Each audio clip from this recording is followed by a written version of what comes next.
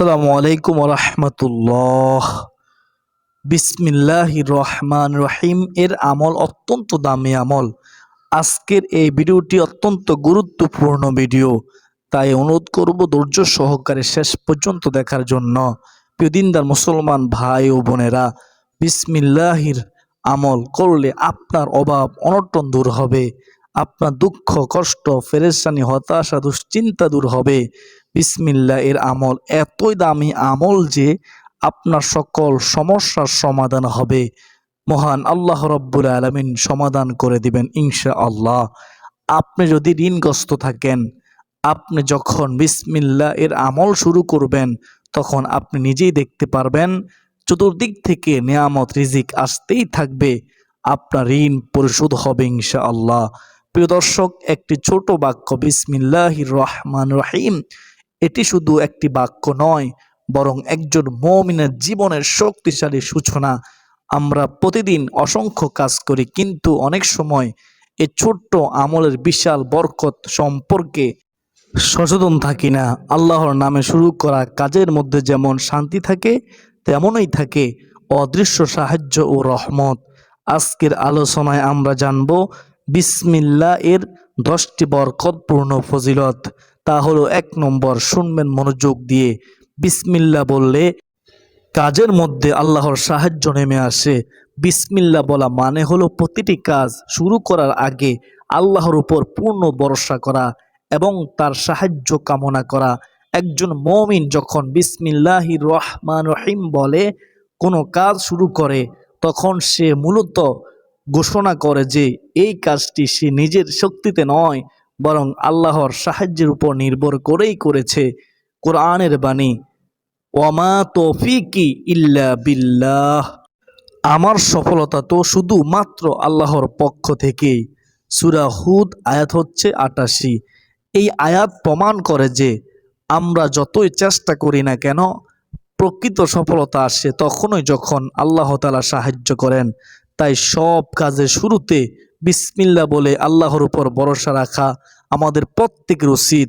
রাসূলুল্লাহ সাল্লাল্লাহু আলাইহি ওয়াসাল্লাম বলেছেন, শয়তান তখনই মানুষের কাজে হস্তক্ষেপ করতে পারে যখন সে আল্লাহর নাম ছাড়া কাজ শুরু করে। বিসমিল্লাহ বললে শয়তানের অংশগ্রহণ বন্ধ হয়ে যায়, আল্লাহর সাহায্য নেমে আসে। সুবহানাল্লাহ। আর এর ফলে কাজটি নিরাপদ ও কল্যাণময় হয়। আবু দাউদ শরীফের হাদিস। ইনশাআল্লাহ আমরা যদি প্রতিটি কাজে বিসমিল্লাহ পড়ি, তবে আল্লাহ আমাদের কাজকে সহজ করবেন এবং আমাদের উপর তার বিশেষ সাহায্য নাজিল করবেন। 2 নম্বর, শুনেন, বিসমিল্লাহ বললে কাজের মধ্যে বরকত সৃষ্টি হয়। বরকত মানে শুধু পরিমাণে বেশি হওয়া নয়, বরকত মানে হলো অল্পতে বেশি উপকার, কম সময় বেশি ফলাফল এবং মনের সন্তুষ্টি।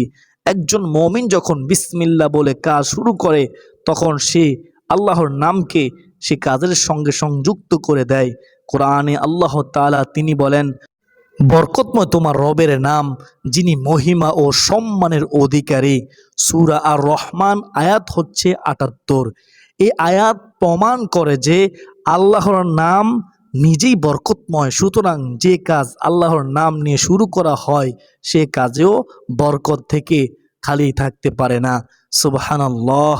রাসূলুল্লাহ সাল্লাল্লাহু আলাইহি ওয়াসাল্লামের হাদিস, যে কাজ বিসমিল্লাহ ছাড়া শুরু করা হয় তাতে বরকত থাকে না। সহিহ বুখারী শরীফের হাদিস, সহিহ মুসলিম শরীফের হাদিস। একই কাজ, একই সামর্থ্য ও একই সময় দিয়ে বিসমিল্লাহ সহ কাজ করলে তার ফলাফল ভিন্ন হয়। কেউ অল্প পরে অনেক শিখে ফেলে, কেউ অল্প উপার্জনে পরিবারকে স্বাচ্ছন্দ্যে রাখে। এসবই বরকতের বাস্তব উদাহরণ। সুবহানাল্লাহ। অতএব পড়াশোনা, ব্যবসা, কাজ, লেখা কিংবা ঘরের যে কোনো কাজ, সব কিছুর শুরুতে বিসমিল্লাহ পড়া মানে সেই কাজে আল্লাহর বরকত নিজে ডেকে আনা। 3 নম্বর ফজিলত, চমৎকার ফজিলত, শুনেন, বিসমিল্লাহ বললে শয়তান সেই কাজ থেকে দূরে থাকে। ইসলামের শিক্ষা হলো শয়তান মানুষের প্রকাশ্য শত্রু। সে মানুষের প্রতিটি কাজে অংশ নিতে চায় যাতে কাজের মধ্যে অশান্তি, গুনাহ ও বরকতহীনতা সৃষ্টি হয়। কিন্তু বিসমিল্লাহ শয়তানের বিরুদ্ধে একটি শক্তিশালী ঢাল স্বরূপ। আল্লাহ তাআলা তিনি বলেন, নিশ্চয়ই যারা ঈমান আনে এবং তাদের রবের উপর ভরসা করে তাদের উপর শয়তানের কোনো কর্তৃত্ব নেই। সূরা নাহল আয়াত হচ্ছে 99। রাসূলুল্লাহ সাল্লাল্লাহু আলাইহি ওয়াসাল্লাম আরও বলেছেন, যখন কেউ তার ঘরে প্রবেশের সময় আল্লাহর নাম নেয় তখন শয়তান বলে, আজ তোমার থাকার জায়গা নেই। আর যদি খাবারের সময়ও আল্লাহর নাম নিয়ে খাবার খায় তখন শয়তান বলে, আজ তোমার জন্য খাবারও নেই। মুসলিম শরীফের হাদিস, হাদিস নম্বর হচ্ছে 2018। রাসূলুল্লাহ সাল্লাল্লাহু আলাইহি ওয়াসাল্লাম আরও বলেছেন, তোমরা ঘরে প্রবেশ করে দরজা বন্ধ রাখো আর আল্লাহর নাম স্মরণ করো, কারণ শয়তান এমন দরজা খুলতে পারে না যা আল্লাহর নাম নিয়ে বন্ধ করা হয়। সুবহানাল্লাহ। আর তোমরা তোমাদের খাদ্য পাত্র ডেকে রাখো, শূন্য পাত্র উপর করে রাখো, যাতে শয়তানেতে প্রবেশ করতে না পারে। সুবহানাল্লাহ। বুখারী শরীফ হাদিস নম্বর হচ্ছে 3280। 4 নম্বর ফজিলত, চমৎকার ফজিলত, বিসমিল্লাহ বললে অল্প রিজিকেও তৃপ্তি আসে। শুনেন, ইসলামের দৃষ্টিতে তৃপ্তি শুধু পেট পরিপূর্ণ করা নয়, তৃপ্তি হলো অন্তরের প্রশান্তি, যা আল্লাহর পক্ষ থেকে আসে। অনেক মানুষ প্রচুর রিজিক পেয়েও শান্তি পায় না, আবার কেউ অল্প রিজিক পেয়েও সন্তুষ্ট ও সুখী থাকে। এটাই বরকতের বাস্তব প্রকাশ। সুবহানাল্লাহ। আর বিসমিল্লাহ সেই বরকতের দরজা খুলে দেয়। আল্লাহ তাআলা বলেন, যদি তারা আল্লাহর নাজিল করা বিধান মেনে চলতো তবে তারা উপর থেকে, আসমান থেকে এবং নিচ থেকেও প্রাচুর্য ও বরকতপূর্ণ রিজিক পেত। সূরা আল মায়েদা আয়াত হচ্ছে 66। এই আয়াত স্পষ্ট করে যে বরকতপূর্ণ রিজিক আল্লাহর আনুগত্যের ফলাফল। বিসমিল্লাহ আল্লাহর স্মরণ ও আনুগত্যের একটি অংশ, তাই এর মাধ্যমে রিজিকে বরকত ও তৃপ্তি আসে। সুবহানাল্লাহ। রাসূলুল্লাহ সাল্লাল্লাহু আলাইহি ওয়াসাল্লাম বলেন, সফল সেই ব্যক্তি যে ইসলাম গ্রহণ করেছে, প্রয়োজন পরিমাণ রিজিক পেয়েছে এবং আল্লাহ তাআলা তাকে তাতেই সন্তুষ্ট রেখেছেন, খুশি রেখেছেন। মুসলিম শরীফের হাদিস, হাদিস নম্বর হচ্ছে 1054। এখানে নবী স্পষ্ট করে দিয়েছেন যে প্রাচুর্য নয় বরং সন্তুষ্টি প্রকৃত সফলতা। এই সন্তুষ্টি আসে আল্লাহর পক্ষ থেকে, আর বিসমিল্লাহ সেই আল্লাহর রহমত ও সন্তুষ্টিকে ডেকে আনে। সুবহানাল্লাহ। 5 নম্বর ফজিলত, বিসমিল্লাহ বললে ভুল ও ক্ষতি থেকে হেফাজত হয়। শুনেন, মানুষ যতই সচেতন হোক না কেন, ভুল ও অপ্রত্যাশিত ক্ষতি থেকে নিজেকে পুরোপুরি রক্ষা করা তার পক্ষে সম্ভব নয়। তাই ইসলাম আমাদের শিখিয়েছে গুরুত্বপূর্ণ কাজ, ভ্রমণ বা কোনো সিদ্ধান্তের শুরুতে আল্লাহর আশ্রয় নিতে। বিসমিল্লাহ এর মাধ্যমে আল্লাহ অদৃশ্য হেফাজত দান করেন। বিসমিল্লাহ কোনো জাদু মন্ত্র নয়, মনে রাখবেন, বরং এটি আল্লাহর উপর ভরসার ঘোষণা। সুবহানাল্লাহ। কোরআনে আল্লাহ তাআলা বলেন, যাতে তোমরা এতে আরোহণ করার পর তোমাদের রবের নাম স্মরণ করো। সূরা যুখরুফ আয়াত হচ্ছে 13। এই আয়াত থেকে বোঝা যায় যানবাহনে ওঠার সময় আল্লাহকে স্মরণ করা অর্থাৎ বিসমিল্লাহ বলা দুর্ঘটনা ও ভুল থেকে হেফাজতের একটি মাধ্যম। সুবহানাল্লাহ। রাসূলুল্লাহ সাল্লাল্লাহু আলাইহি ওয়াসাল্লাম বলেন, যখন কোনো ব্যক্তি ঘর থেকে বের হয় এবং বলে বিসমিল্লাহি তাওয়াক্কালতু আলাল্লাহি লা হাওলা ওয়ালা কুওয়াতা ইল্লা বিল্লাহ, অর্থ চমৎকার অর্থ, খেয়াল করে শুনবেন। আল্লাহর নামে শুরু করতেছি, আমি আল্লাহর উপর ভরসা করি। সুবহানাল্লাহ। আল্লাহ তাআলা ছাড়া কোনো শক্তি ও ক্ষমতা কারো নেই। তখন তাকে বলা হয়, তোমাকে হেফাজত দেওয়া হয়েছে, তোমার প্রয়োজন পূরণ করা হয়েছে। তিরমিজি শরীফের হাদিস, হাদিস নম্বর হচ্ছে 3426। এই হাদিস প্রমাণ করে বাড়ি থেকে বের হওয়ার সময় আল্লাহর নাম নিলে মানুষ অদৃশ্য নিরাপত্তার মধ্যে প্রবেশ করে। সুবহানাল্লাহ।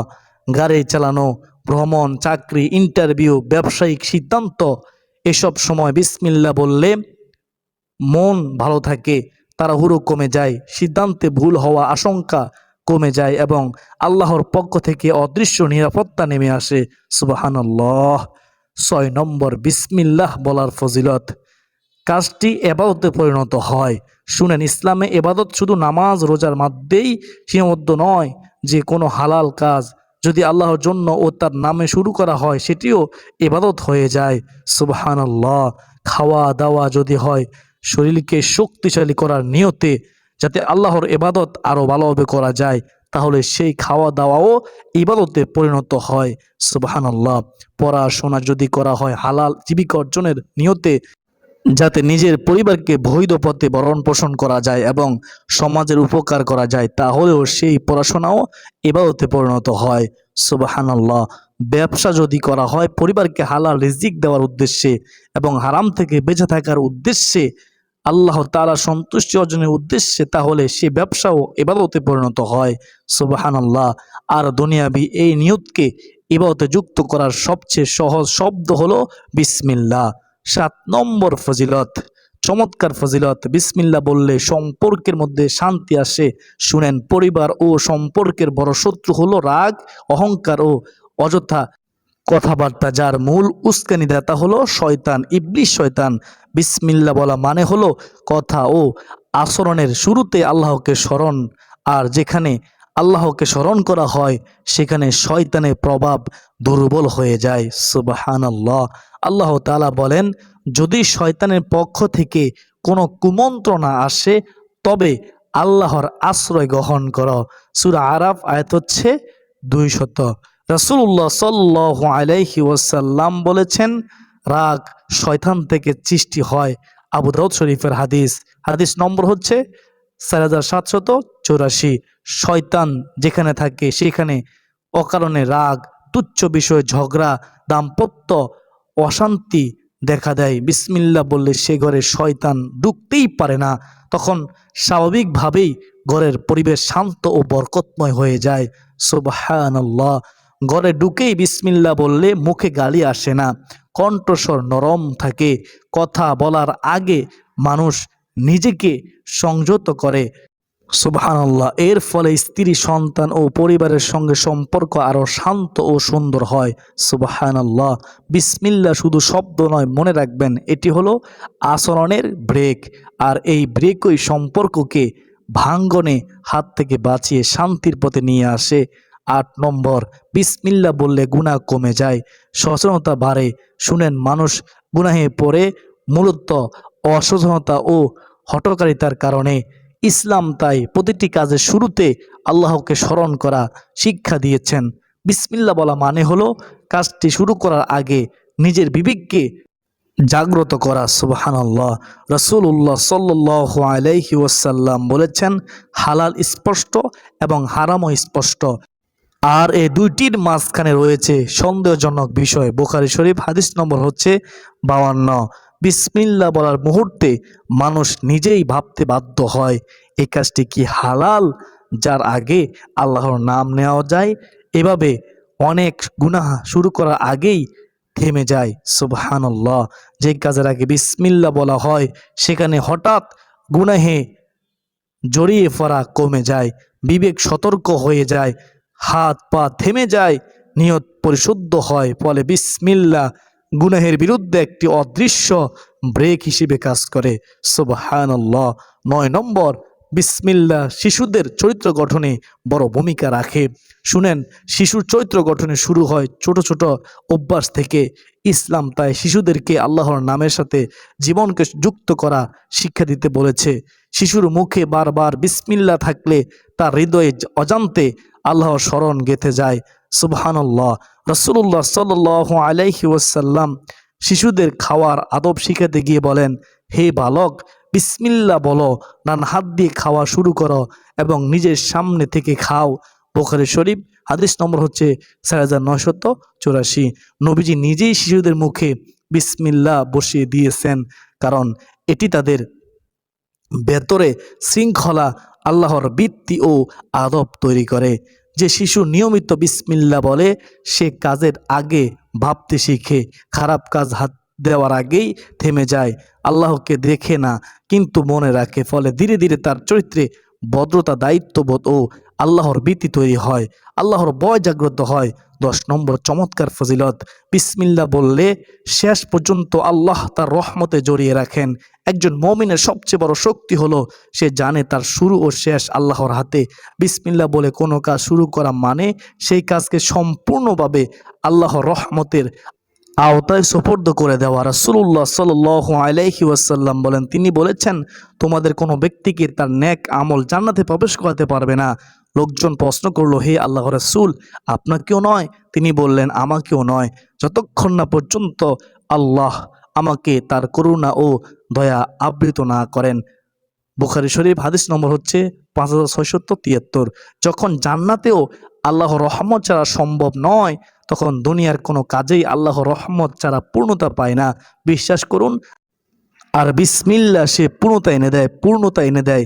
বিসমিল্লা বলে কাজ শুরু করা, কাজে বিপদ এলে আল্লাহর মুক্তির পথ খুলে দেন, বিলম্ব হলে ধৈর্য দেন, ব্যর্থতা এলে শিক্ষা দেন, সফলতা এলে কৃতজ্ঞতা দেন। সব অবস্থাতে বান্দা থাকে আল্লাহর রহমতের বেষ্টনীতে। বিসমিল্লা মানে শুধু শুরু নয়, এটি হলো শেষ পর্যন্ত আল্লাহর উপর নির্ভর করে চলা। আর যে কাজে আল্লাহর নামে শুরু করা হয়, সে কাজে কখনোই আল্লাহর রহমত ছাড়া শেষ হয় না। এই বিশ্বাস একজন মুমিনের সবচেয়ে বড় শক্তি। সুবহানাল্লাহ। বিসমিল্লাহ বলতে ভুলে গেলে কোনো ক্ষতি নেই, তবে বিসমিল্লাহ ছাড়া কোনো কাজ শুরু করা বরকতের দরজা নিজ হাতে বন্ধ করে দেওয়ার মতো। তাই আজ থেকে নিয়ত করুন, ছোট কাজ হোক বড় কাজ হোক, বিসমিল্লাহ দিয়েই শুরু করব ইনশাআল্লাহ।